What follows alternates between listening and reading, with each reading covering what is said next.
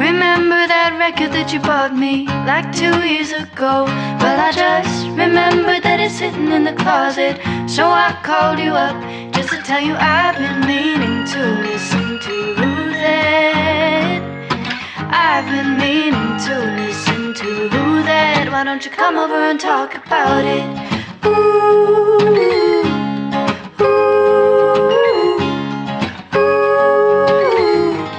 Why don't you come over and talk about it? Hi, everybody. Welcome to the show. Welcome to I've Been Meaning to Listen to That, the podcast where we go through albums we've been meaning to listen to and use it as a conduit to learn about each other and our guests. I'm Andrew Ambrose Lee. I'm Madeleine. Who's Madeleine? I don't know how to be British. I'm actually Michael Limentato. Wow. Wow. The Michael biopic coming soon. You legally can't end it the way you did, though, so you're going to have to figure out something else and release a second movie. Great. I'm Dakota Foss. Oh, okay. Yeah. I don't even have to do it anymore. Yeah. I'm Harper Thomson. Yeah. And we're here to talk about West End Girl by Lily Allen. Let's talk about it. Like, what's your guys' history of Lily Allen? For me, she was always like I always heard about her from Azalea Banks tweets. It's just like reaming her apart. Like, that's the only context. I didn't even know she made music. You just thought she was like a professional target for Azalea Banks' ire. I never heard a song of to her. be a professional target for Azalea Banks' ire. Yeah.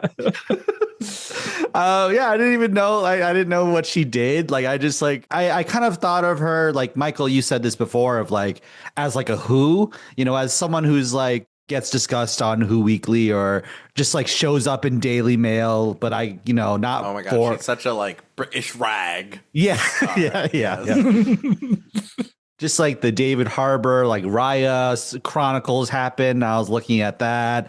When this album dropped, I just like wasn't really paying attention to it, or just like wasn't expecting this album. And then just like making such a big splash, and this being such like a cultural moment, as much as it could be in this time of like a non-monoculture, but like it certainly like made a splash on the internet in like certain corners of the internet. I like a lot of people I respect, including Harper here, said it was like one of their albums of the year. And just like, so I was like really, really fascinated, really excited, really fascinated to check this out finally. And I think this is pretty excellent. This is pretty excellent stuff. But what about you guys? What's your relationship to Lily Allen? I knew her as a foe of George Bush, which is kind of like, I'm thinking about this, like, what a small list that makes the enemies of both Azalea Banks and George Bush. It's like who else is on that? Like China Anne McClain. Wow. Anyways, I just why was she enemies of George Bush? That song like Fuck you. I mean, very much. that's such an iconic like Bush era song, like that, and like "Dear Mr. President," like, and those are it. That's in the Dixie Chicks song. But is it bad? Like, for the record, I'm 34, so I am fully a millennial. Is it bad that I think of that "Fuck You" song like from Pitch Perfect now? No. I was about to say it's the song she covered from Pitch Perfect was what I was Okay. But because of the sock puppets, it's very funny. Also, Pitch Perfect, good movie. Pitch Perfect is a good movie. I agree. Yeah. I'm so glad that it was very refreshing that they just put out a good comedy and then didn't make any sequels for that one. I thought Pitch Perfect 2 was all right. I thought it was okay. Pitch Perfect 3. I've talked about this is like my most told story on the podcast. It has to be. Okay. My sister and I went to see Pitch Perfect 3 when I was home from college, and we were watching it, and they start singing Toxic on the boat to distract this guy while they're singing Toxic, and someone's like, "Whoa," like patting their throat while they sing it. And Rebel Wilson is doing like fat lady spy stuff, like classic, Melissa McCarthy-esque flopping around, doing flips and stuff, and they are cut to them. They're still doing Toxic, and then it cuts back to her, and she's like still doing her like goofy, dumb spy stuff. Then cuts back to them. They're still singing Toxic, and my sister goes, "How fucking long is Toxic? Like, are they doing an extended version of this? Like, otherwise it makes no sense. How bad does a seed have to be for you to question Toxic? Like, that's crazy. That's one of the most like acclaimed pop songs of all time. Well, it's like 5+ minutes of Rebel Wilson, like falling on her tummy and being like, "Whoa, the Vaseline that I slipped on," like that kind of stuff. Really How could she be sneaky? Yeah. Jesus. Well, the song has to be long enough for the plane flight that Britney Spears is on in the music video. Wow. So Right. By the way, right. I'm looking forward to Avengers Endgame, where it's like Rebel Wilson from Pitch Perfect 3. I need you just checking. Like straight fat Rebel Wilson will appear in Avengers. Okay, wait. This is just awakening my brain to like shit. So much, just glazes over your eyes as you scroll before bed. Like, this is just reminding me that Rebel Wilson's been on like a massive villain arc for like the last like 2 years. Yeah. She's like, she like lost weight and gained evil. She lost weight and became gay. Two of my least favorite things. Wait, is she Dakota. gay? Yeah. Oh, okay. Well, wow. I don't want to say that's Here's why she's evil now, but Like- she was less evil when she was straight. she was never technically straight, but whatever. Wow, Dakota. Okay, Wow. whatever. Sue me. I don't keep up with Rebel Wilson that much. Like I only keep up with her when there's a cause. Okay. I'm like Madonna. I have a rebel heart. I'm always going to turn to her and check in on her. I have a rebel heart. I wrap this cord around my face. Oh, speaking of the No Hate campaign, which I didn't even know still existed, but they're coming to Tulsa and doing a photo shoot where you can like come and like get a Can you picture please with go with the duct tape? the tape on your face. So bad. I'm gonna be like, no hate. I can't wait. Wow. So Harper, what's your relation? Hit him with the Wakanda Forever. Wakanda Forever. Maybe Lizzie McGuire will or Hillary Duff will show up to help promote her new album. Mature. Yeah. She'll promote Mature. What was the like Don't Say Gay commercial that she did? Yes. Skirt is a top. Yeah. So wearing Yeah. skirt as a top. Yep. That's a Rebel Wilson becoming evil. So did anyone share their Rebel? No, not Rebel Wilson. Their Lily Allen preconceived notions. She's about George Bush. Oh, that's Yeah. right. I remember that. Yeah. She's kind of like George Bush. Okay, I'm going on mute. That's all I have to say. Fool me once, shame on me. But anyways, Harper, what's your Yeah. So yeah, All Right still came out in 2006, and I definitely had a lot of that on my iPod Mini. I had like a green iPod Mini, so Lily Allen was on there for sure. Smile, classic. Alfie, about Alfie Allen, who we all may know from Game of Thrones, the young Greyjoy, her brother. Whoa. Yeah. We got Lily Allen through the timeline. And then, of course, notably for me, The Fear from her 2009 album was in Skins. I have a cataloged index of every song that was ever used in Skins up here. It's like my top. If I was going to do Mastermind, that British show where they just ask you questions about a really specific topic, that would be it for me. hell yeah? Yeah. So, yeah, I don't really remember listening to her albums after that. I know she had one called Sheezus, which of course was around the time of Yeezus. But I don't really remember listening to it. And then another one after that. But then West End Girl came out and I was so hyped on it. It was my most played album of like November and December. So No. I just think it's funny. It's like she seems like she sucks and is so annoying. And I think that's part of what's compelling about this album. It's like, you are probably framing this in a way that makes you the hero, but I do think I hate David Harbour. Why do I think that? Don't really know, but I do think I do. And so that's why this album is so good. Like all of it mixed together, all of it works, like What Harper was saying was actually like a pretty good segue because I really only know her from She's Azalea Banks. No, I know her like big songs like, you know, fuck you and all that stuff. But Name another. No, I'm not going to. Nah, because I'm grateful. Scratch that, baby. I'm thankful. No, well, yeah, that one too. But I know it in like a millennial osmosis way where I'm like, oh yeah, I know that song, but like gun to my head, I couldn't tell you the name of the songs.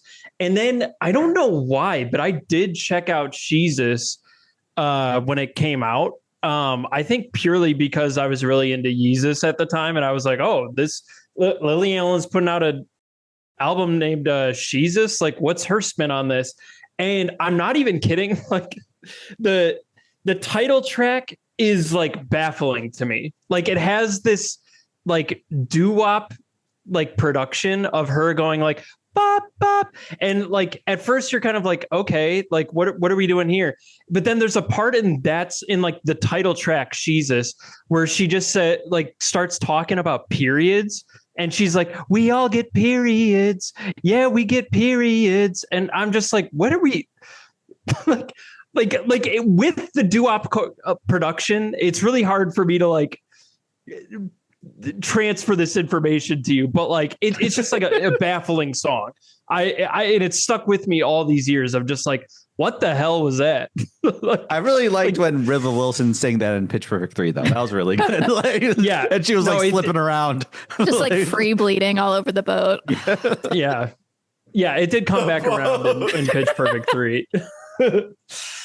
All that to say, I don't have like a super big attachment to Lily Allen or David Harbour. And honestly, like, I'm sure we'll get into this more when we're talking about like the storyline of this album, or like what it's portraying. But like this album had me asking so many questions about like both of these individuals, her and David Harbour. Like with all of this talk of like how in the album, in the context of the album, David Harbour is like more famous, more wealthy, more powerful, and all that stuff. And like this had me going down a rabbit hole where I like watched their Architectural Digest tour and everything. The best apartment ever. It's Pussy Palace itself.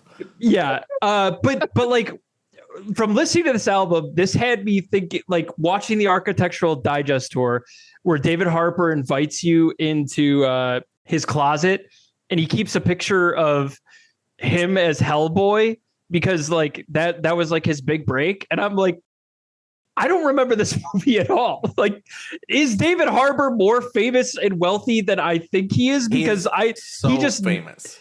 He never comes across my mind at all. He's in Stranger Things. That show sucks. Yeah, it sucks, but you know who has seen it? Everyone on Earth. Yeah. Yeah, I guess. But like, is anybody like, oh, David Harbour, the Stranger Things guy? Like, well, he's I'm gonna also go one of the Thunderbolts. Yeah, he's a Thunderbolt. That's what I mean. He's a Thunderbolt, and he's in Stranger Things, and he was Hellboy. Like this album has you thinking that he's like fucking Tom Cruise or something. If you told me in 2009 that like the guy that Kate Winslet has an affair with in that one running Revolutionary Road, you know, was going to be the husband of Lily Allen and he's going to be more famous than her, I would have slapped you. I would have been like, what are you talking about? He has like 3 lines in this one movie. You know? Someone gets out of their time machine, you slap them for all the information they're giving you. Yeah. No, but like even through like maybe I'm just in a bubble and you know the monoculture is truly dead. But a bubble. Even like you know Katy Perry, we're all living in a bubble. Oh yes. But even during the height of Thunderbolts, I would those were like some dizzying heights. Also, those were some dizzying heights. Even during that, like I would. Like without knowing what Lily Allen looks like or being able to name any of her songs, I would be like, Lily Allen, that's a famous person. But if you were to point to that specific Thunderbolt or the guy that you thought died at the end of season 3 of Stranger Things, but comes back in season 4 and you were like, what's his name? I wouldn't be able to tell you. I would have known. He's been one of my what's it called when you have a relationship with someone but you don't know them? What's that called again? Parasocial. I have a parasocial hatred for David Harbour. You could just normal hate him though. You don't need to be parasocial hate. It's parasocial. I know it because I know him well. Okay. And I know him to be wicked. For good? No, wicked, no nominations. That's what Damn. Talk about themes of this album though, like because we're already talking about the David Harbour of it all. Like, what were your takes on like, what were your takes on this album? Like, what were your impressions listening into it? What do you think this album was about? How did it register for you? All that. Yeah, I mean, I think we are being invited. Again, unreliable narrator, but invited into the relationship of famous people. And again, varying levels of fame, different famous to different people. But, I think there's like always been a fascination with like what's true behind the lyrics of like a celebrity pop star, right? Like this has always been true, but like I'm mostly thinking about like Britney and Justin, right? Like Cry Me a River or Every Time. Like, that was like in the early 2000s. And then, like every Taylor Swift song, people are constantly saying, oh, that's about this person, And then, of course, I think the one that's like most comparable to this one is like Lemonade by Beyonce. Where, we start with like Pray You Catch Me, and then this one starting with West End Girl. We could get into that a little bit more later when we talk about West End Girl, but like, this like feels Lemonade for white people. Lemonade for blokes. Absolutely. Yeah. And rags. Can't wait for David Harbour's 444 of all the way. It's just like talking about property. David Harbour's 11-11-11. Yeah. You punched that up. Good job. That's why we miss you. It's confusing if you don't hear you say the 444 first, though. Yeah. Yeah, it all works. But yeah, no, just like but what's a little bit different about this, I mean, obviously with Lemonade, like it was like everyone was like, whoa. But that album had more stuff going on it. It wasn't specifically about the one thing. This is all about the one thing, which is, like the cheating or poorly negotiated non-monogamy, whatever you want to call it. And it's like very like scorch earth, like this is my diary, these are exactly my thoughts, and I will tell you about like everything I saw and felt and heard at the time.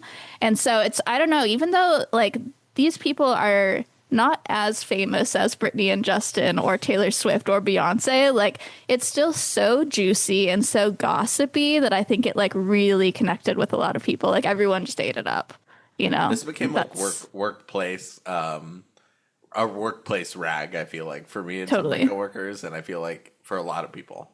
Because you get to just sit there for 1 hour and someone gets to tell you like why they hate their ex. Like that's awesome. I will always hear that story. Yeah, I will be filling our quota of an allusion to Taylor Swift's Tortured Poets Department, because it really makes me upset that album was so forcibly presented as Female Rage, the album, because this is actually like Female Rage, the album. Like in a like Harper was saying, like this is basically just British white Lemonade. Like I kind of like that it's rationally angry, but like I have a lot of mixed feelings on like the presentation of the storyline, but I can definitely appreciate that like these feelings are obviously very raw and lived in, and like it really feels like somebody's telling you what just happened to their relationship in terms of like Harper said, like you're not holding back, and like you're literally not painting this as sympathetic to the other party at all. Like there's not a single second where she like, is really thinking about things from his perspective, or like pretending that there's nuance. She's just like, no, fuck this guy. He was a bad dad, bad husband. Awesome. Like even from the start, when she answers the fake phone call where it's not explicit, but it's like, oh, you had sex with someone else? Oh, I guess we could be open in retrospect. Okay. No, it just doesn't make me feel very good, but okay, I'm going to instantly just go to bed after my play. You can go ahead and keep doing that, I guess. Okay. Yeah, the only way that this could be like more explicit is if she spliced in like a Waluigi laugh that was supposed to be David Harbour on the other side. Someone else, and I want you to be okay with it. Do you want me to tell you if it happens? The woman loves my pointy mustache. She loved me in Hellboy. That movie barely made its budget back, by the way. That was like, Wow. I don't know. Oh man. Yeah, but like there's like there is a scorched earth, like I think there is like a lot of justifiable vindictiveness to this album, but there's also like kind of like just a disregard for like the consequences of like the aftermath of what's gonna, like I need to cut this pain out like a tumor, and just like present it to you, and like here it is. Awesome though. It is. It's really. There's nothing really like it. Like I don't know. Like I can't think of.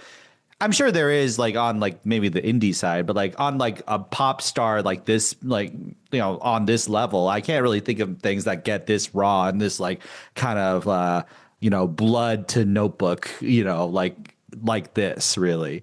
Blood to Notebook. What is this? Jesus.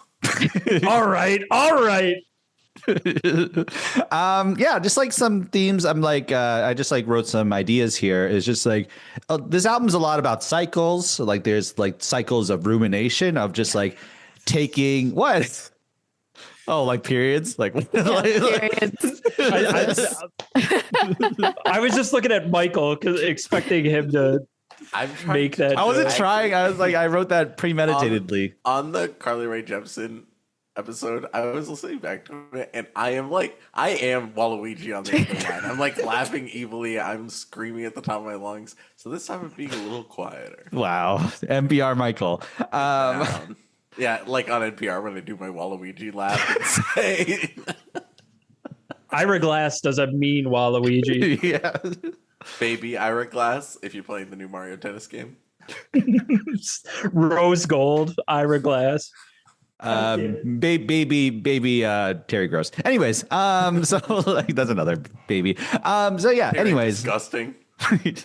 Anyways, so like there's like cycles of rumination is one cycle of just like taking one thing her partner said, just like the way she like, or just like a minute social interaction that was either strange or deranged, and then spinning it into pop music of just like the cycle of like thinking something was strange, like the way he wanted to rush the purchase of the brownstone, the way his demeanor changed after like she got the lead in the play and he kind of negged her, like the way he like snatched the phone out of her hand, just like little moments like that, and then pushing it down, ignoring it, going along with it, telling herself she's fine with it, even though her inner child protests, and then that's like one cycle that happens over and over. And then there's like, she portrays David Harbour as like kind of a deranged, like serial cheater, liar, manipulative, coward, not particularly attuned to her needs, like some gaslighting happening. And then like, just like the cycle of just like, he is, I did a little bit of research. It's just like he has bipolar disorder, and like he's been in treatment for like 25 years and he's still, messed up. He still has a long way to go with that. And then just like cycles of familial trauma. Like there's also like, I feel like these two are like the avoidant anxious trap, like kind of personified, of just like Lily Allen's a little more anxiously attached, and then David Harbour's more avoidantly attached. They talk about in the album, the last song is about like how he's just a little boy who wants his mummy, and she's just a little girl who wants her daddy. Like very like raw, nakedly like vulnerable lyrics, like kind of like just like really boiling it down. And then like the fact that like they're millennials, elder millennials, or I don't know if they're millennials. I don't know. Like I think maybe like Gen X-y. Yeah. Just like, but like they have like. They seem to be familiar with like rehab and therapy and medication and like kind of like the tools we use to try and like heal from, our trauma and our pain and stuff. But like for them, it still wasn't enough to like stop them from like crashing and burning this marriage, and like trying to break the cycles but not being able to. And then yeah, and then just like kind of like finally just like the news cycle. It's like this is all like grist for the mill. Like this is all like kind of to get everyone's like Lily Allen's more relevant now, and then like this like helps.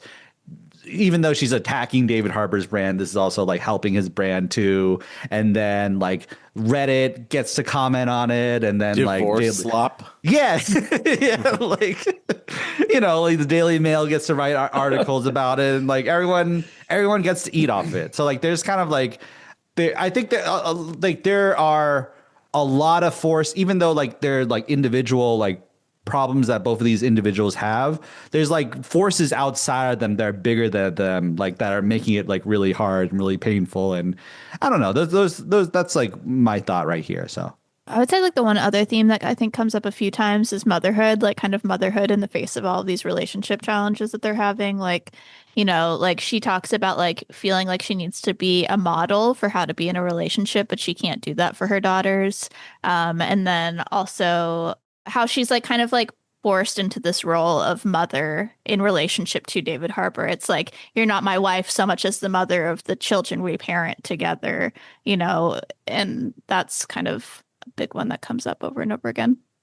Yeah. And like there's the BoJack quote about like, you don't want a partner, you want like a sex mommy you could slip your dick in and out of. And then like, yeah, sex mommy who understands boundaries. What's wrong with that? Like, I like that idea. Like, yeah, it's like something pretty Oedipal about this album for sure. But yeah, anything else? Any other like kind of any thoughts about like kind of what this album's about? At the risk of like sounding reductive, like I really feel like the album, it's about all those things that you guys said, and like not a whole lot else. Like, I agree. Oh, totally. Like the really fascinating thing about this album is just really the lack of like nuance that she's like applying to this. Like the way that the album opens up is not even like presenting this as like, yeah, this relationship at one time was pretty good. Like from the starting gun, it's just like, fuck this guy. He sucks ass. Yeah. And then like and not only is he a cheater, he doesn't want me to succeed in my career. Yeah. Like it's just constantly like, and one more thing about how he sucks. To the point where like,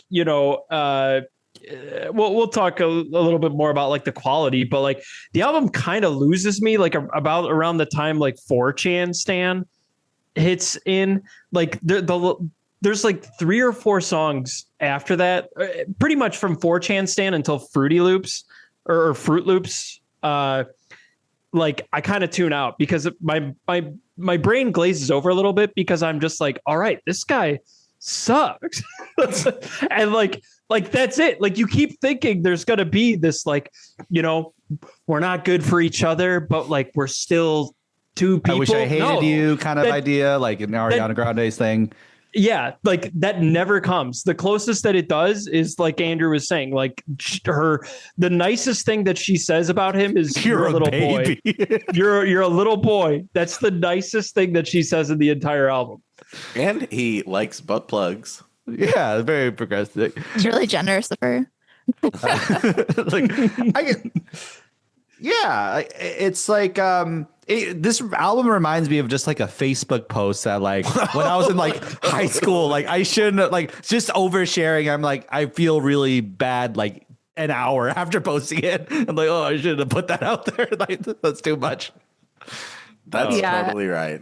I had a film class in college where like it was 11 weeks, and every single week we rewatched the same movie. This movie is now my least favorite movie of all time because of it. But Treasure of the Sierra Madre, John Huston, shout out. But we'd watch the same movie every week in class, and every week we'd have to write an essay through a different lens about the movie. Oh, that's kind of fun. I understand the concept is to like get you like thinking through different lenses of how to like analyze film and whatnot, but it was horrible. And but this feels a little bit like that, and where it's like there is one topic, but we're going to do it in a classic Lily Allen way. We're going to do it dance hall. We're going to do it electro pop. We're going to do it ballad. We're going to do it like these are all the different ways we're going to do this one topic. Yeah, we're going to do it a Charlie XCX-ish way too. Yeah.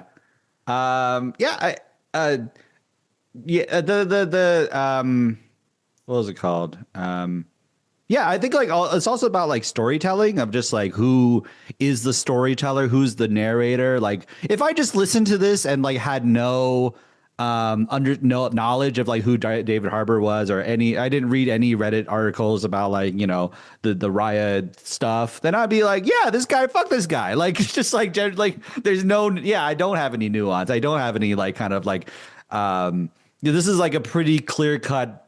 He did you dirty, and like you like but like I think part of it is like the reason she's doing it is like to somewhat take control of the narrative because, and partly to hurt him, but also like take control of the narrative because she's felt so out of control in this marriage and the way he's manipulated her and the way he's kind of like done her dirty and the way he's just like broken her boundaries and then like setting an arrangement and then breaking the arrangements and just like kind of just like not displacing her from like, you know, feeling displaced from moving to and from England, and then like her kids like feeling like, oh, I could give them like a father figure, and now oh no, that's actually gone and burnt up in flames, and just like, it's like a lot about that too. So I think something that this album really raises like questions for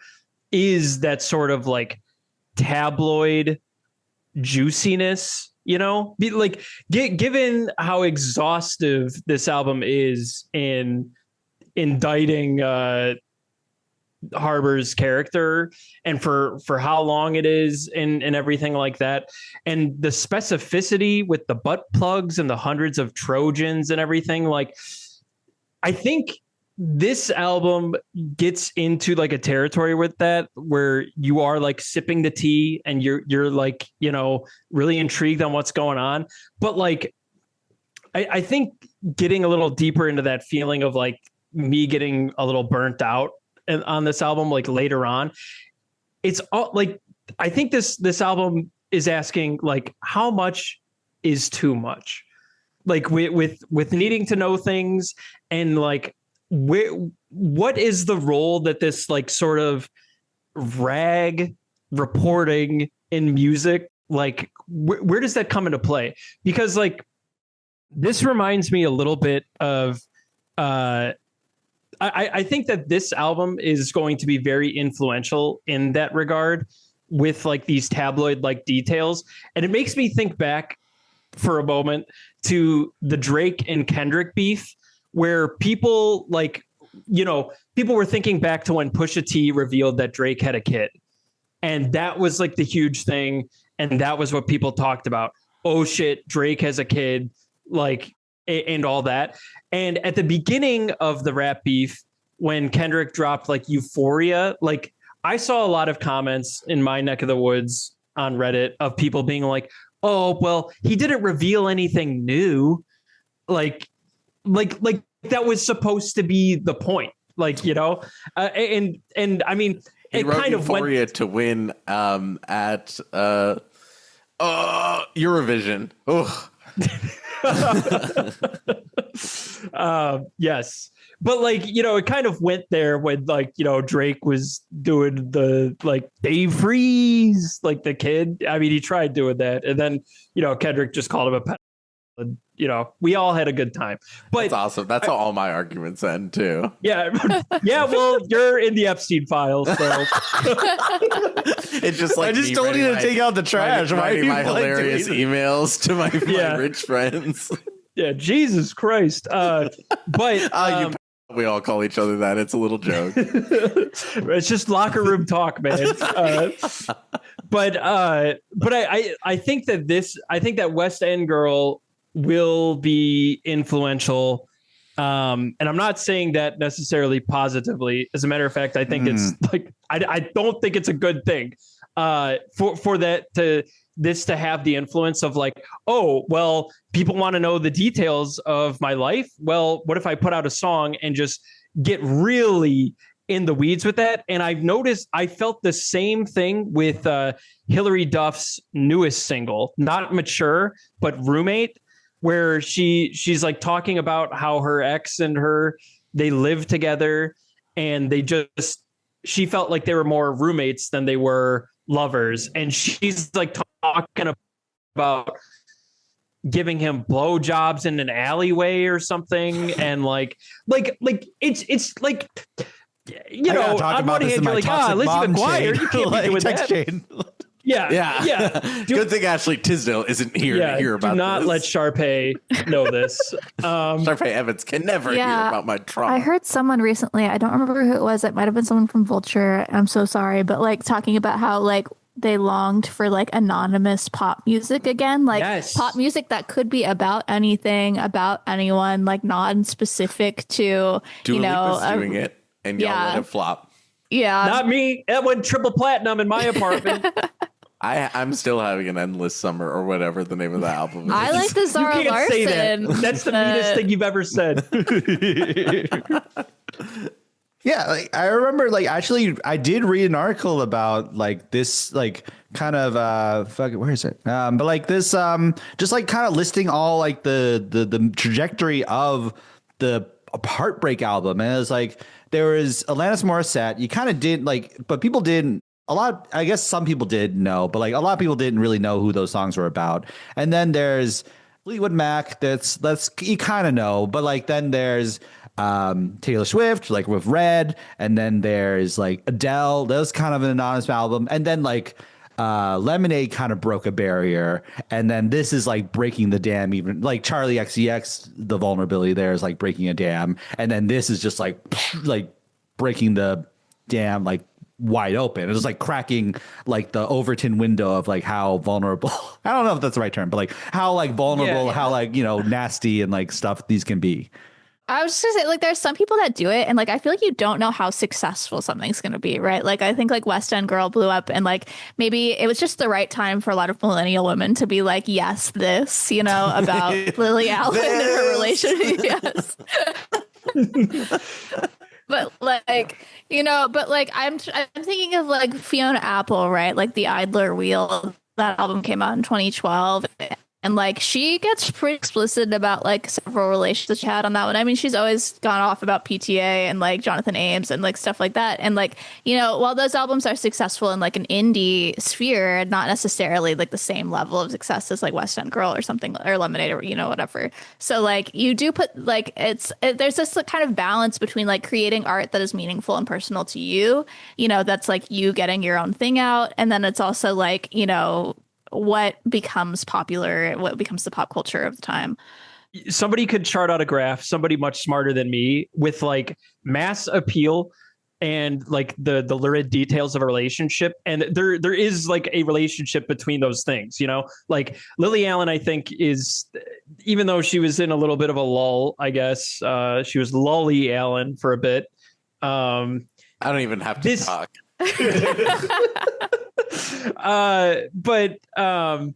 Like I think that she obviously has like more mass appeal than like a Fiona Apple, who like Fiona Apple, she's very artistic and like you kind of expect her. She digs deep. She hits the raw nerves, and that's like what Fiona Apple does. And I don't begrudge this album for doing this thing as deep and as raw as it does for as long as it does.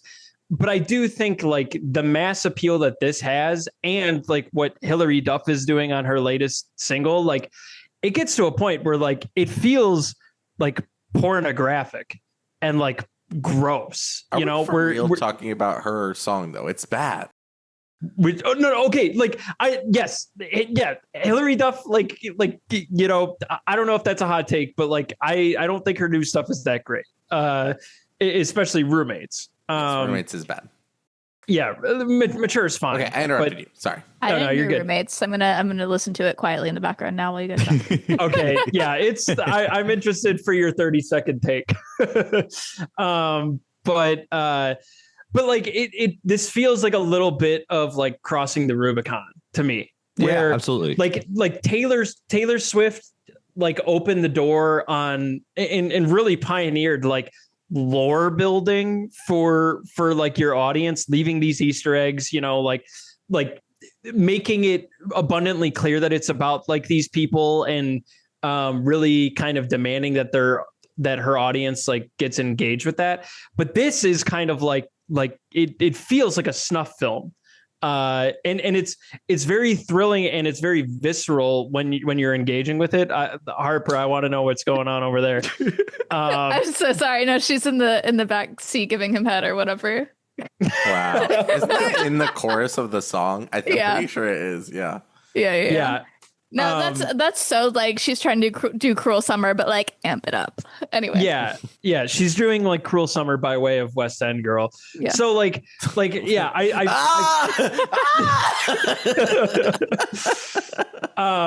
I feel like in the attention economy where everybody is fighting for absolute scraps for views and listeners and everything, I worry that the success and revitalization of Lily Allen's career like this is going to have a lot more pop stars like putting out stuff like this. And Hilary Duff is an easy example because it's like, oh, she's a Disney star. For some reasons, like really, literally. No, like, that's she's fake. touching herself looking at porn. Oh my gosh. Right, like that's Cadet Kelly. Okay, so like I don't like this song, but I could see a world where I listen to this 300 more times and get really into it. And it's this world, right? We're living in. Yeah, literally. I can see the world. It starts today. We're all about to have a roommate summer. Last summer was Euro summer. This summer, roommate summer. But I don't know how much further we should know less. Point, we should know less about each other. Is like, the big. I'll idea. agree. Yeah. Yeah. Agree, Anthony, or whatever your name is. Anyways, Wes Anderson. It's just my parody. All right. British parody of that guy. I don't know. Let's take British a break. parody of who? Let's start the episode. It's a parody of Wes Anderson's name. Like a British parody of Wes Anderson's name. Is that how you say that? A British parody of somebody's name? Yeah. Westopher Anderson. A Wes British parody, Anderson. a Foss. Wes Anderson. And we're back. Wes Anderson. And we're gone forever. Like, okay. I'll be right back.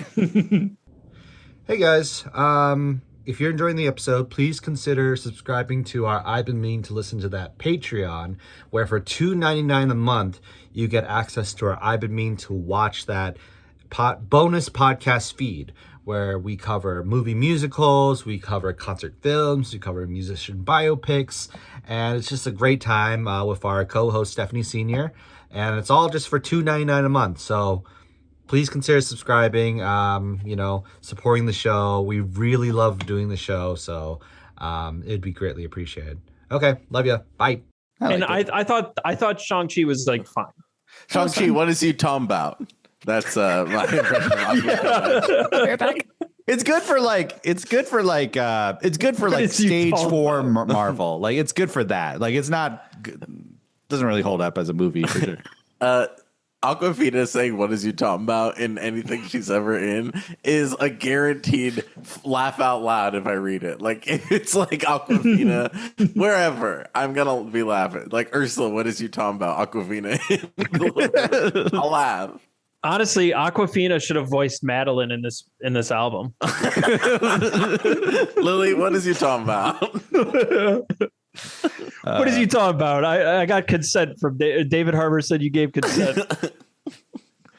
We're gonna pretend my grandma's about to live, even though she's gonna die. What are you talking about? What are you talking about? It's the farewell. I was like, what is you talking about? For real. That's a great movie. What was it Gary Coleman He was the guy who said, What are you talking about, talking Willis? about, Willis? Yeah. Yeah, I would love for a conversation between the two of them. We take you now to Gary Coleman talking to Aquafina. It's like when you What are you take talking two about, Willis? What are you talking It's about? like when you make two cell phones like 69 and the noise explodes. That would end the universe. That would cause a Thanos snap IRL. Yeah. I'm having such a good time. And we're back here to talk about West End Girl. Yeah. You can't say talking about that soon after. Oh, wait, No, you guys, what did I miss? you guys know I've got this background because I think it kind of Tom reminds me Bout, of the okay. album cover. But also, I'm wearing this background. Bro, Michael, that's crazy. how did you wait until 50 minutes into this meeting to do that? I just needed you guys to know that I'm wearing Frog with a Bob right now. Shoot, okay, Oh, let me thank get you. a relevant background to my shirt. then. Frog with a Bob, the unfortunate sequel to Dog with a Blog on Disney Channel. All right. This guy's banned. yeah. Chad, Yeah, and we're back here talking about West End Girl. So we're Tom Bout. So yeah, like what's okay, I'm Tom Bout right now. Yeah, what do you want to talk about? Wait, Andrew, you have to keep in the segment of us talking about Aquafina. Yeah, I will. That's really Okay. Otherwise, people are just going to be like, what the fuck are these people doing? Just randomly becoming very offensive. No, it's not offensive because I'm making fun of the way Aquafina does it, which is problematic. Anyways, Madeleine. I want to talk about Madeleine. This is the one let's song do where it. she is presenting herself as like, I was going crazy, I just had to figure it out or whatever. But it's like, actually, you're fully the bad guy here. Like, there's no world where I'm seeing you messaging this girl, and I feel like that's appropriate. She's the bad guy. Don't look. Duh. Doo-doo, boop, boop, boop, boop, boop, boop. Anyways. Keep going, please. I do that every time I watch Twilight. And Edward is like, what if I'm not the superhero? What if I'm the bad guy? And then I do bad guy every time. It's really annoying. It's really Okay, funny. I has just want you anybody to made... know, I watch has that anyone movie made, like, like a fan 6 times cam? a year.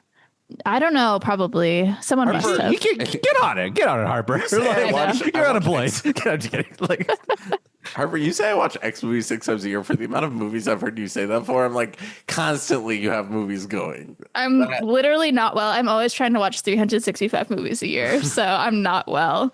Can I tell you my latest one that please do I'll it. stop talking about myself really soon. But No. Nine, the musical Nine from 2009 with Daniel Day-Lewis is my latest obsession, and I am gonna start a Substack, and I will write a whole essay about that. Like that's like my next thing. Is that the musical do. about the wives of King?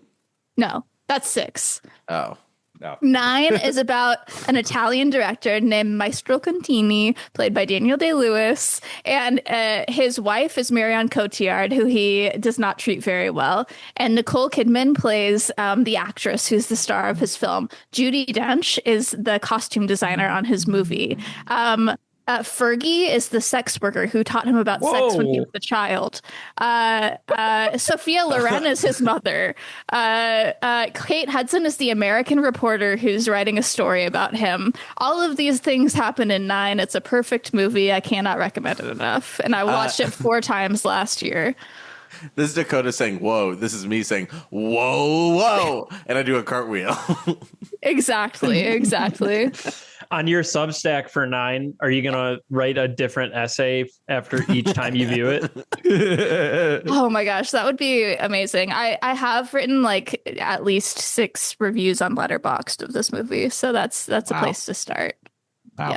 Yeah. So yeah, Michael, you want to talk about Madeleine? Yeah, she's like fully the villain here. Like, and, like, Fully the villain, and it's like I know she gave like Madeleine an annoying voice. She's doing like an annoying voice for Madeleine, like California girl. Oh my god, are you They're messaging forgettable. me?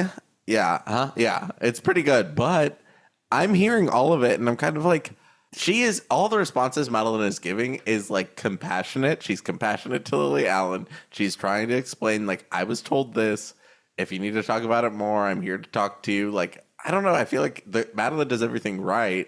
And it's like, it's kind of still like, and fuck you, Madeleine, which is like, she's really going scorched earth, so much so that she's burning herself a little bit here, I feel. Do you think that that's why she left it in, though? Like, she never gives, like, David really any nuance, but this is kind of like the one part of the album where it's, like, so aggressive that I at least hope she left it in, like, with the idea that it's, like, kind of painting her, like, okay, how I'm acting a little bit is, like, a little maybe out of pocket with, you know, a third party involved here. Maybe. I don't know if she has the, based on the rest of the album, the wherewithal to think about that in context. Did you all watch the SNL performance of this song? I did. Yeah. Okay, so, but you guys didn't, Michael and Dakota? Okay, so No. Dakota Johnson voices Madeleine on SNL. And so she's like, the way they have it set up is like, she's like on a bed behind the sheer curtain. You can clearly see it's her. And she's like, you know, kicking her legs, talking on the phone, being kind of like cutesy, sexy, whatever. But she comes out at the end and then she's like, you know, love and light, Madeleine, and she kisses Lily Allen on the cheek. And I do feel like that's a little bit of like an acknowledgement of like, we're both women in this bad situation here. You know, I don't know. There was something about that performance I did really like.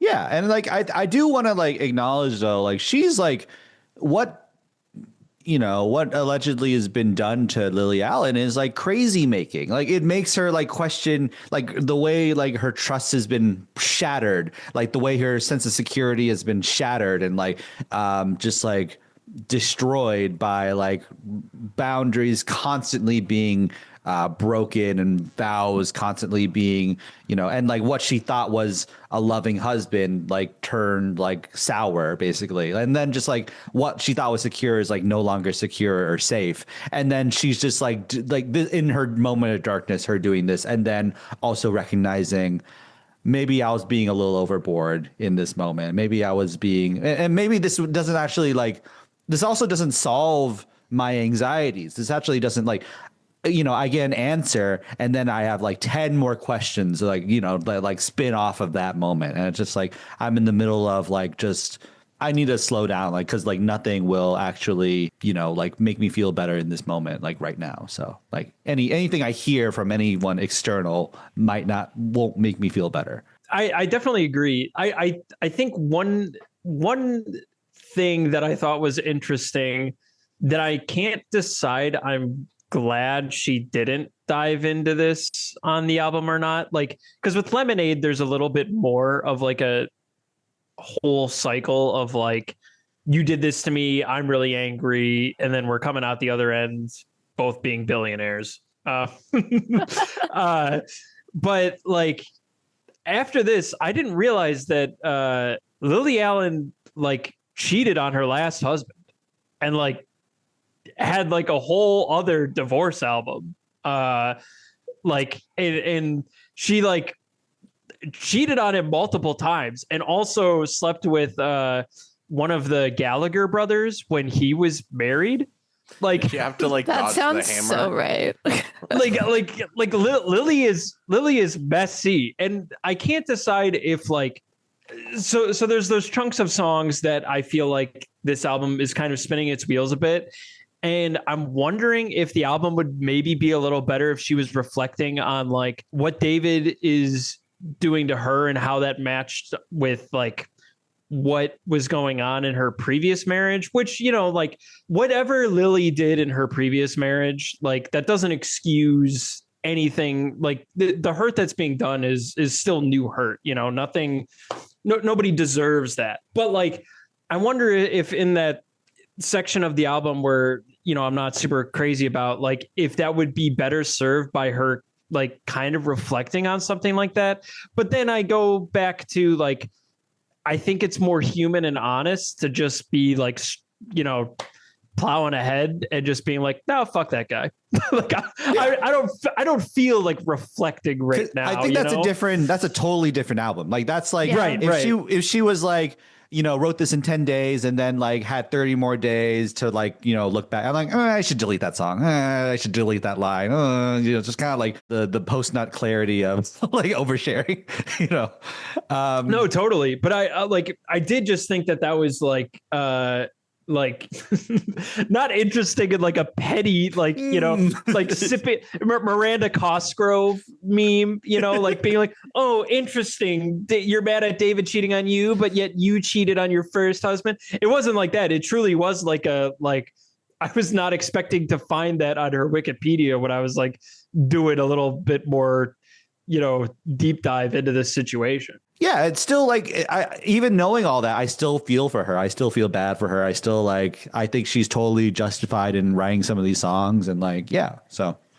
Yeah, I totally think that she's justified in that, like you were saying, like it would be a completely different album for her to like go through all the stages of grief and like, come out on a more hopeful note of like, yeah, we're moving on. Like we're not a good fit, but we're still like fine. But that's like, yeah, she could be like, yeah, wow, this is like what happened in my first marriage. And like, David has BPD and he's in an awful show. Like, we're all hurted here. Isn't it like interesting that everyone in these beef albums has a relationship with Millie Bobby Brown? Oh no. What do you mean? Yeah, David Harbour and then Drake he's also. Her dad in Stranger Things. I thought you were talking about Beyonce and Jay-Z. I was like, what the hell? 11:11. You gotta like listen to the album. God damn it. Yeah, Millie Bobby Brown lives in their penthouse. Millie Bobby Brown fought Jay-Z in the elevator with She would have been like 4. Exactly. That's why it's such a newsworthy story. Harper, what's a highlight song for this album though? Like for you? Wait. Okay, I have two though. I have two. Do it. Yeah, do it. Yeah. Okay, so West End Girl to me is like so good. I love it so much because it's like it's peak Lily Allen. This is the one that I was saying was like Lily Allen core. Like the vibe of it, it's like the way that she sings is very sing talky, classic Lily Allen. And then the other thing is like, so I feel like we all heard Pussy Palace first, probably because that was kind of like the buzzy single, and we were all like, oh my god, But this was the one where I was like, oh my gosh, fuck this guy, because it's about her career, right? It's about him not believing in her ability to like be an actor. Like that to me is like. Whatever, cheating is like a relationship thing, but if you're like in a partnership and you don't think that your partner can do the thing that they have set out to do, like that's fucked. And then also like she proved that she did, she got the role. Like yeah. Without auditioning. Yeah, she got it. And he's like, you have to audition? Like, no, absolutely not. Whatever, however true this is the one to me that like kind of similar to the effect of Pray You Catch Me, right, on Lemonade, where that was like, whoa, Jay-Z. This one is the one that to me is like, whoa, David Harbour. And what really hits for me, like musically in the song, lyric wise, is like the repetition and like the slight variation of the now I'm in London and I'm on my own, whatever, I'm on my own. And then it changes to I'm all alone and then I'm all on my own. Like the way that goes over and over again, like the cycles you were talking about, right? Like it's repeating the same kind of type of phrase. It changes just enough that it keeps you interested. It's very effective.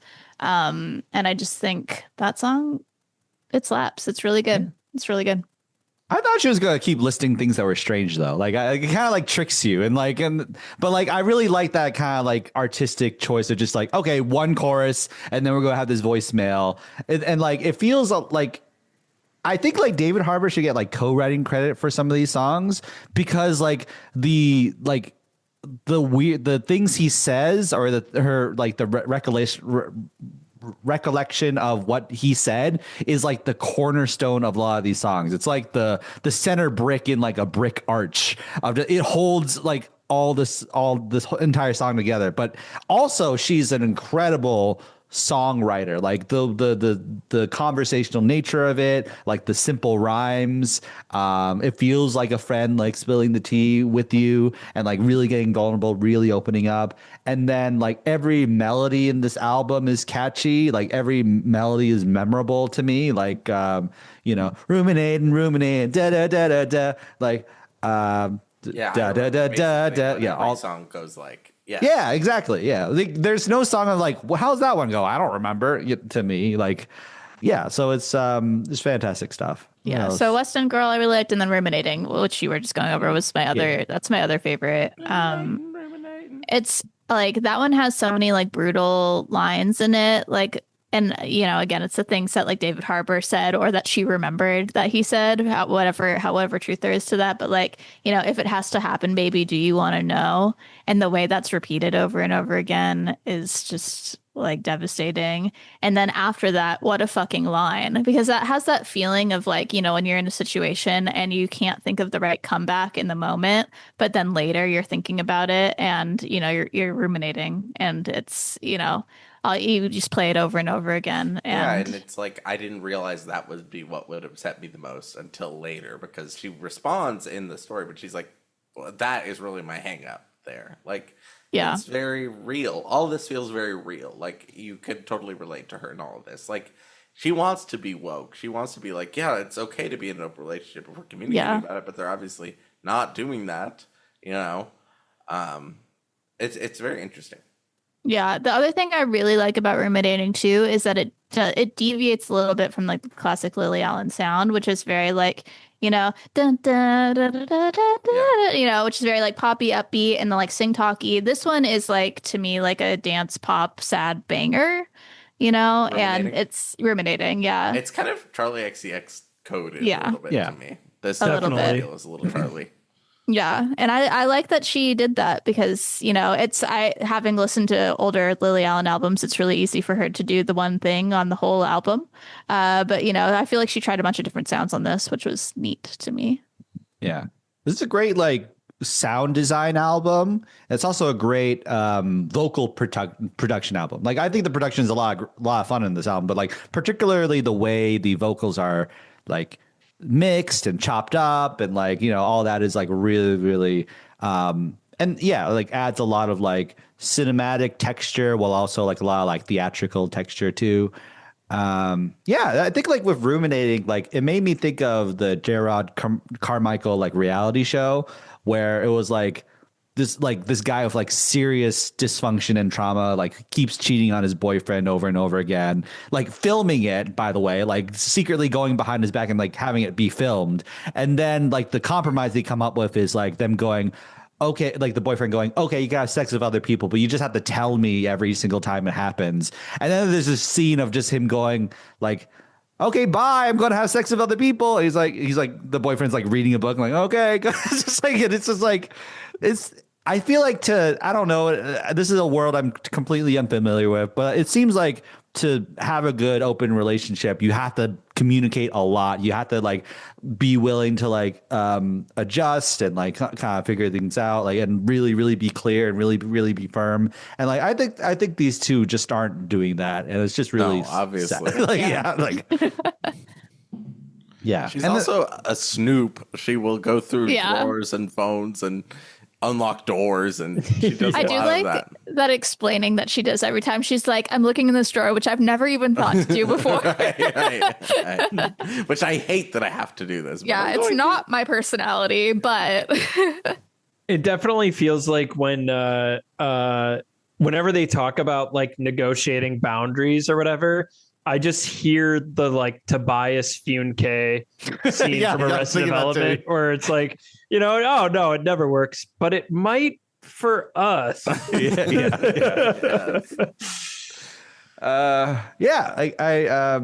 I love that song. I think it's it just like unlocks all our insecurities. It's just like, oh, I feel old, I'm not attractive, and like, just like, why isn't he telling me when I'm at home and stuff? Like all these things of just like, I think like the rumination too is just like, is there anything I could do to like prevent this from happening, to prevent the sand from falling through my fingers, really, of just like this relationship?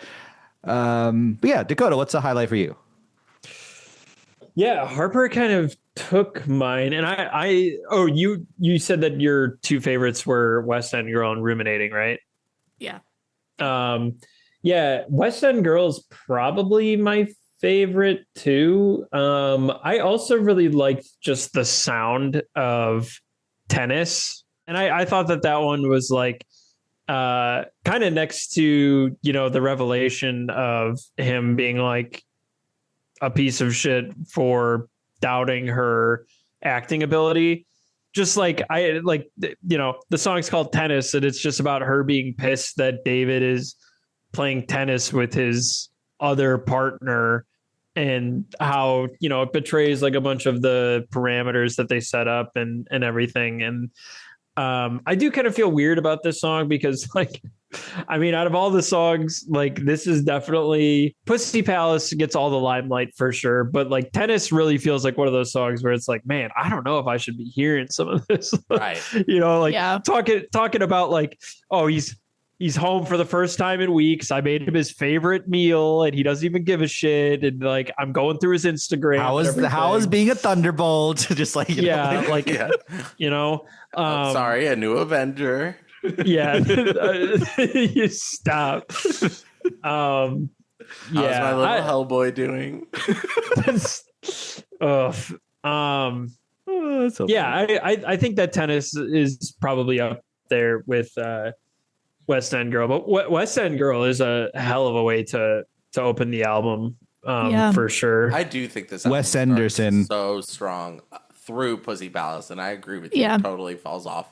It fizzles. Not totally, but it does fizzle a little bit where you're like I'll listen to the whole thing. I like the whole thing, but I agree that it's like, especially because some of the later tracks are more like, this is what I'm thinking about. And also the cadence of it is a little strange too. Like Beg For Me being like almost at the end is very strange to me because it's like,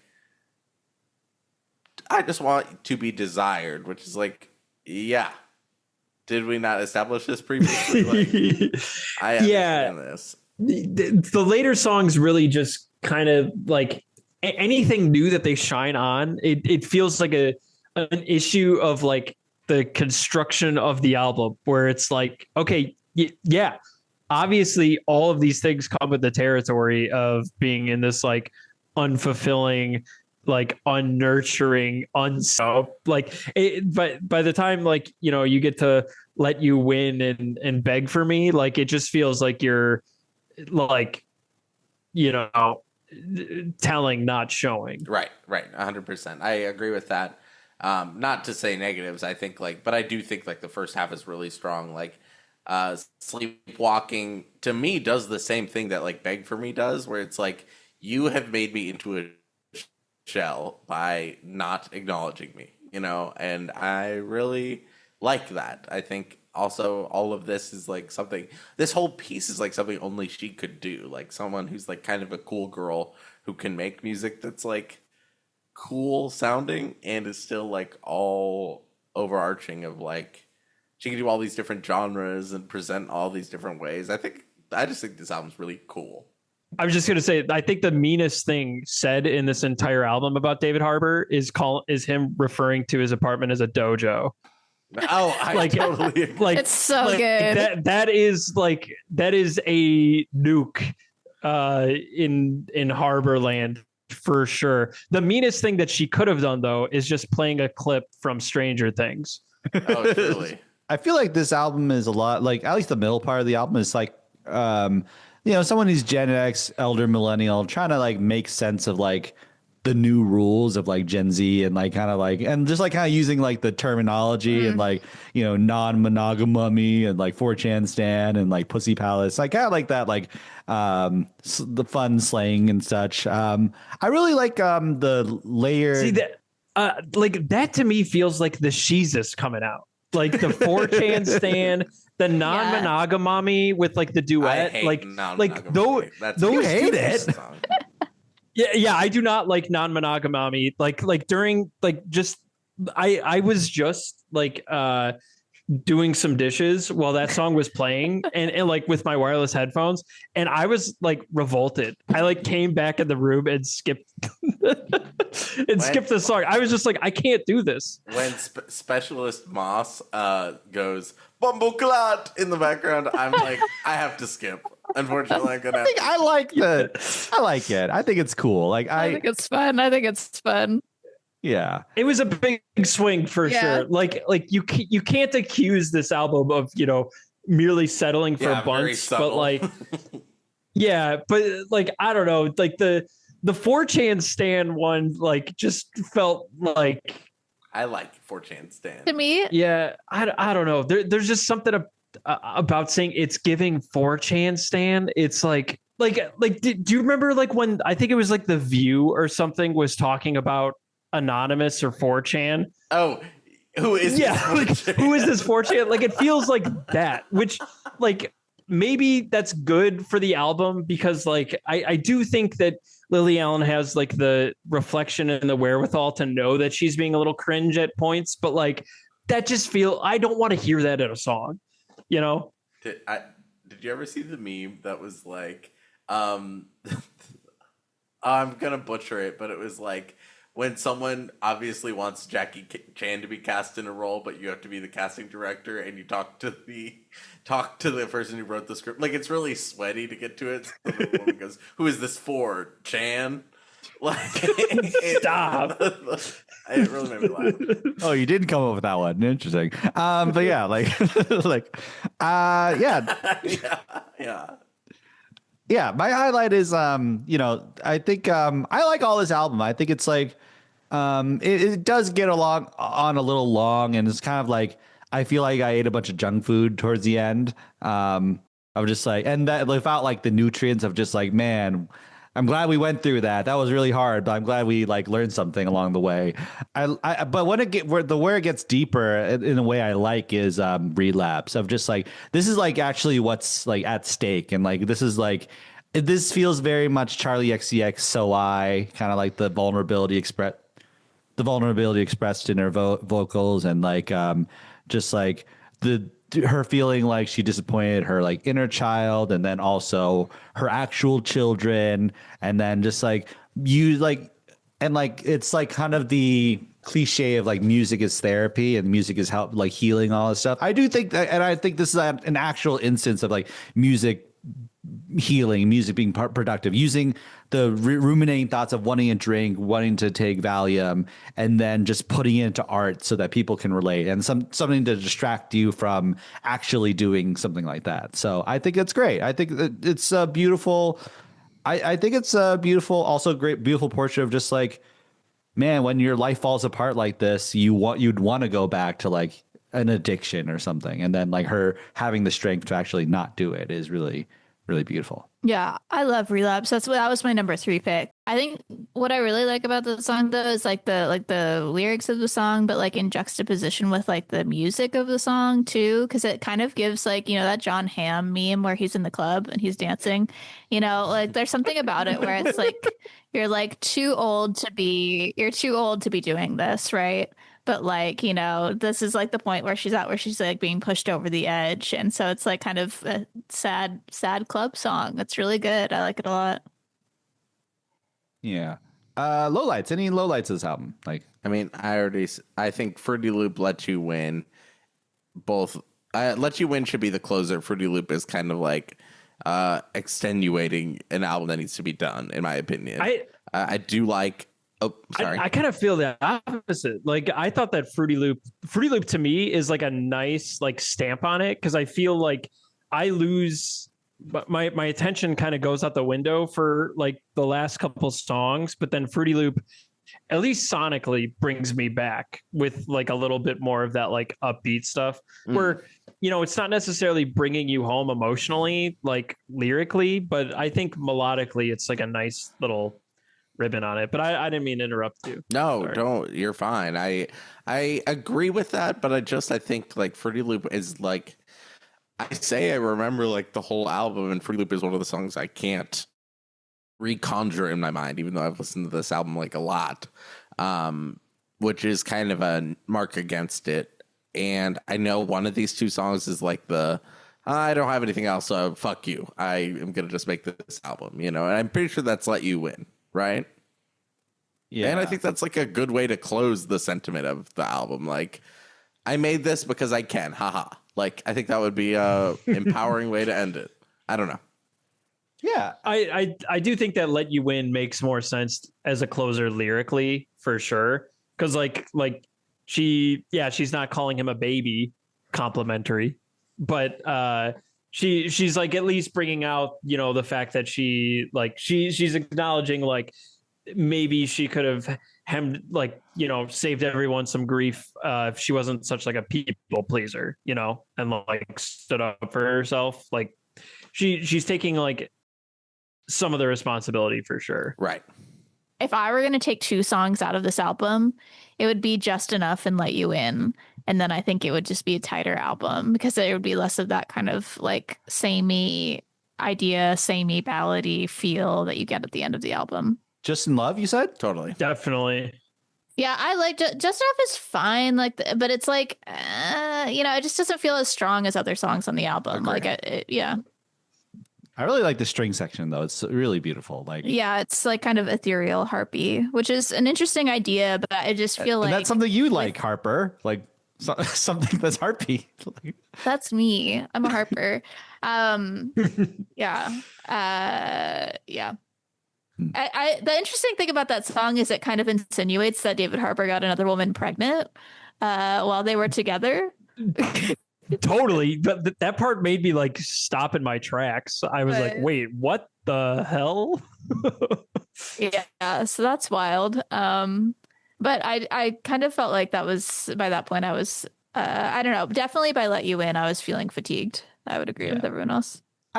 My only defense of like the fatiguiness of it is like, that's how it feels when you're going through this. You're constantly just being like jerked around and like, just like I'm like manic and like excitable. And then I'm like depressed and like doubting myself. And then I'm like texting someone I shouldn't be texting. And then like, like regretting it later and then feeling like not resolved at all. Like I kind of like if this is an album that was written in 10 days and like kind of like that same headspace, then it makes a lot of sense.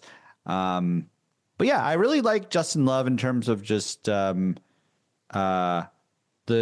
these are like questions that she shouldn't have to be asking herself. Like these are not like questions that anyone in a secure marriage should like be asking of themselves, like or be like doubting at all. Bless you. Like, sorry, I God didn't bless you. Seize the microphone. I'm with you on the point that like it's definitely feels taxing and exhausting to like be in this sort of dynamic. I don't necessarily want to feel that as a listener. It's like, again, I feel like I'm kind of talking in circles. No, don't like, you understand? about, it's like, bad because it feels bad to be in heartbreak, like. For He's sure. not in an Like, AMC theater for sure. no, Nicole Kidman is nowhere to be found. Heartbreak is not feeling This good is in not the places movie like 9 this. or an AMC like pre-show thing. It's not the movie 9 or Jurassic World or Wonder Woman or what's the other? La La Land. Stars Born. Stars Born is in there. But like, I think I definitely think I definitely agree with Harper. I think that if you just took out like 2 songs, like that, it would do like such a world of a difference for the replayability of this album. Cause like some of the things that she addresses in that stretch that like kind of take me out of it, where we kind of like, it feels like it's already implied from earlier. Like you could potentially rearrange this album to slide them in earlier, but then I worry you would lose the impact of just how like go this album is like when it starts off, because, as we established, like there's no real place setting of like, we're in a happy marriage. Like this guy's a good guy. We're having a good time. We ever had a good time. And like, from what I've read about the relationship, it kind of seems like they never did. Like they were dating for like 6 months or something before they were engaged. Right. Is it like something crazy like that?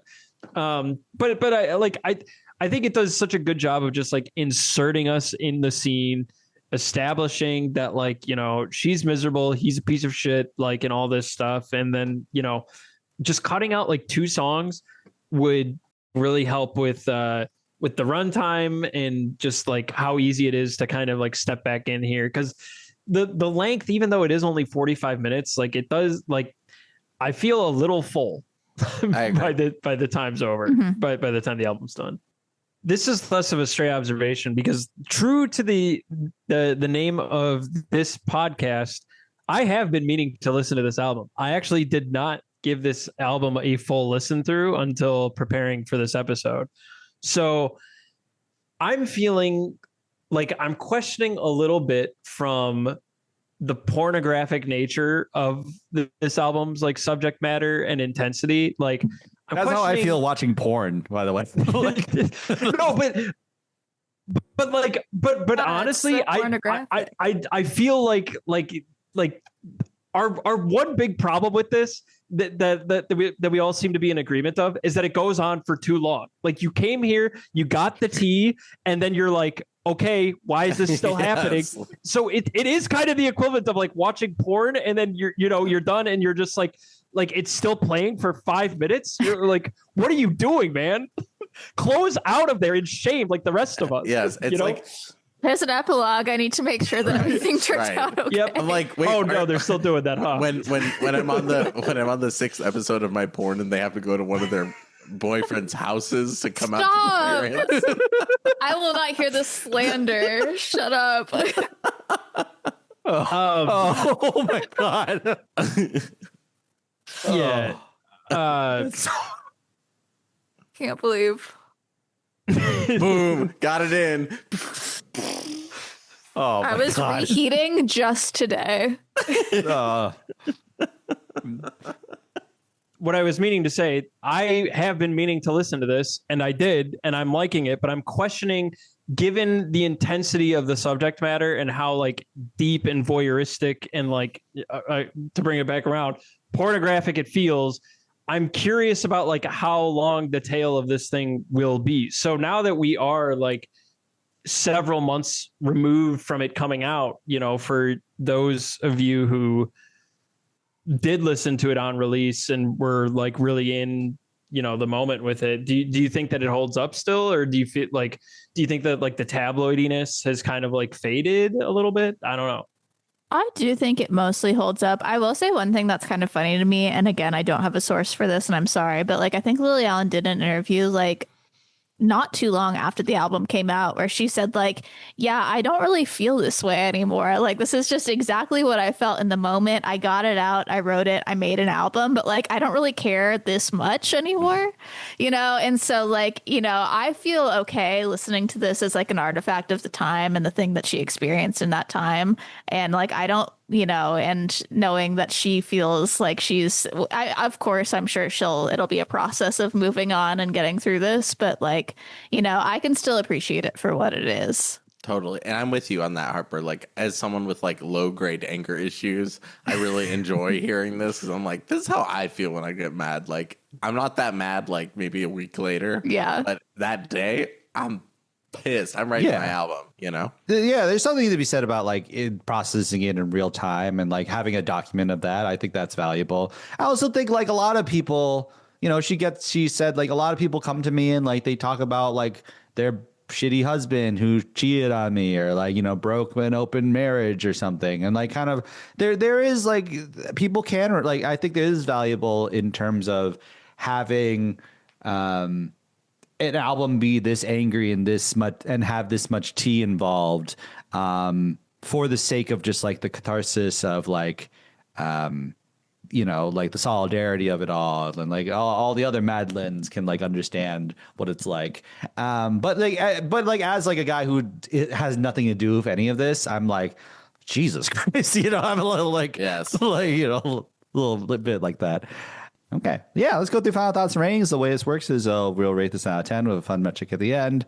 Who would like to go first? I'll go because I really liked this album. I was so excited that we were going to talk about it.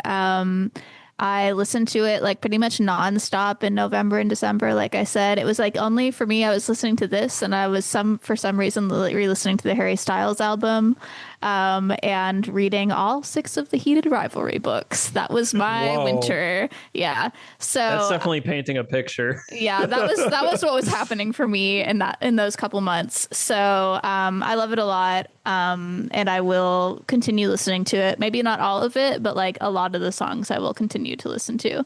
So I will give it Baby, Won't You Tell Me That I'm Still Your Number 9 out of 10. Nice. Wow.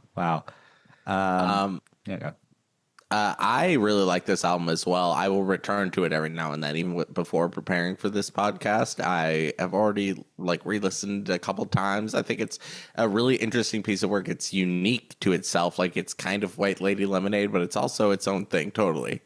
I dislike some of the songs, but it doesn't make me skip most of the time. The only one I skip is the dance hall one that I don't like that much.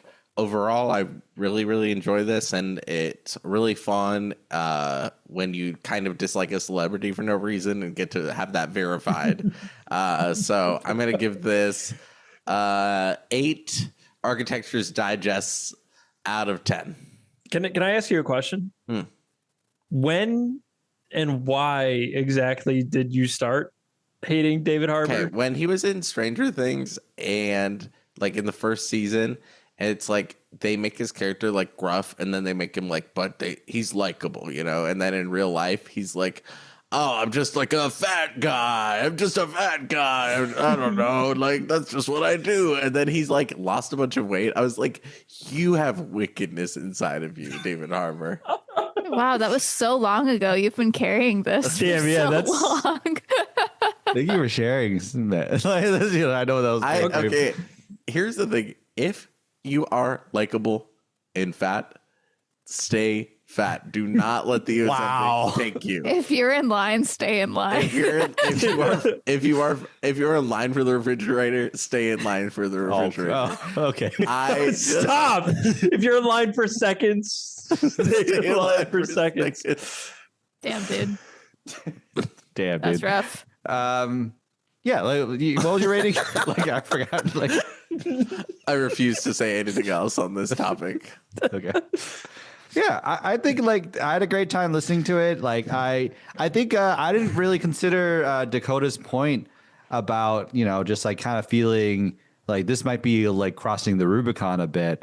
I didn't really consider that when I was listening to it. I was just having a great time. I was really enjoying the brave, the reckless abandon with her oversharing, and I was enjoying but also the slice of life, this is the thing I'm fixated on. This thing he said I'm fixated on, and I'm gonna craft an entire song around that one feeling is really cool. And she flits through genre in a really fun way. She's a great songwriter. Yeah, it's very emotionally felt. I think I'm in favor of it existing. I think this album has the right to exist. So wow, that's a bold statement. It does bring up the fact I didn't fully look who is on the schedule, so I'm so thankful, Harper, that you're on here, because I had it in my head that it was just going to be 4 dudes talking about West End Girl, and I was I love it. I don't know if the world needs that in 2026. Yeah, That's true. So yeah, what's it called? I'm gonna give it 8 Chan stands out of 10. Is that 4? Man, 8chan, that's where QAnon started. Yeah, yeah, Dakota, what about you? Yeah, as I said earlier, I don't really have a whole lot of history with this album other than listening to Pussy Palace, obviously. So this was a good opportunity to get into it, and kind of, coming to this in the post-hype part of its life cycle. I was pretty surprised at how well I thought it held up. Because I feel like online something drops now, and then there's always a segment of people who are like, it's bad actually. And I feel like that started to gain steam a little bit with how people perceive this album, especially like as people kind of dug into like Lily's own past transgressions, like with people or whatever. But that's all like beside the point. With this album, like I really liked it. Other than like, I think it's a little long in the tooth. I wish it was a little shorter, but you know, for the most part, it's like pretty sonically adventurous, and I think that it's very raw emotionally. And while I am worried that Hilary Duff and other people, I don't know if Lindsay Lohan's going to get in on this. Or I hope so. Look, if she put out rumors too, that would be great. But like that's just not going to happen. I'm sick of rumors talking. I'm going to tell you exactly what it is. And then the rest of the album is like, let me clear things up for you. Too rumors, too furious. Yeah, I think I'm worried about what will come from this album in its wake and people learning the wrong lessons from it. But this album, like on its own, I really like. I like that it's like a very messy bloodletting, and I think that I'll definitely revisit it. I don't like, or at least save like a couple songs. But yeah, I'm feeling 7 Architectural Digest tours out of 10. Wasn't that Michael's rating? Yeah, it was. Was it? Yeah. Was yeah. it? Did I literally black out? Yeah, I you was blacked talking out. for a while though, so it's Damn. okay. Okay. You're talking about pornography at one point. I'll do. Wait, I'll do a different one if you want. No. I'll do it. switch. I'll switch. I didn't mean to. I didn't mean to take your steez, man. I'm gonna give. Now I'm embarrassed. I'm gonna give. No, You my do- score. My score is 8 evil skinny men out of 10. All right. Well, I'm changing mine to 7 toxic sneaking sequences out of 10. 7 Dwayne Reed bags with the handles tied. yeah, full of butt plugs. By the way, like you wish this album was a little bit shorter. What are you, the opposite of Skilo? You wish you All were right. a little bit taller. Yeah. All right. Are you talking about the song by Cher Lloyd? Oh man, we gotta do a Cher Lloyd album.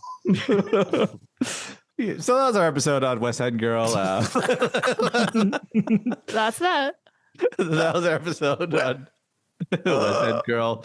Yeah, it was a great time. I was laughing a lot. I was just having a great time hanging with my friends, talking about music, the joy of life, really. So, what would you like to? Anything out there? Anything you like to plug? Either of you, like Harper and Michael, like you got a letterboxd? Yeah, I got a letterboxed for sure, harping about, and I am really gonna get that Substack going. So find me there. Also at harping about. Find me everywhere at harping about. Instagram, whatever.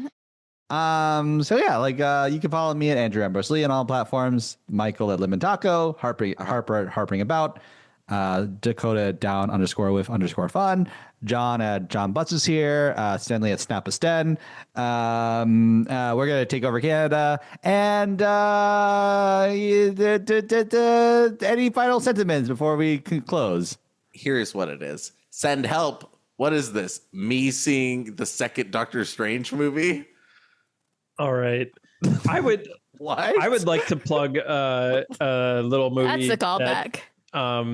That you might be able to see right now. Might be kind of hard to get tickets. Make sure you support Melania. Send help. I say that while I'm in the movie and I have to go see a different movie right after. I think it's really He's important saying that that. people know what's going on, and that movie says it all. Yes. Wow. It's really addressing the current time. Yeah.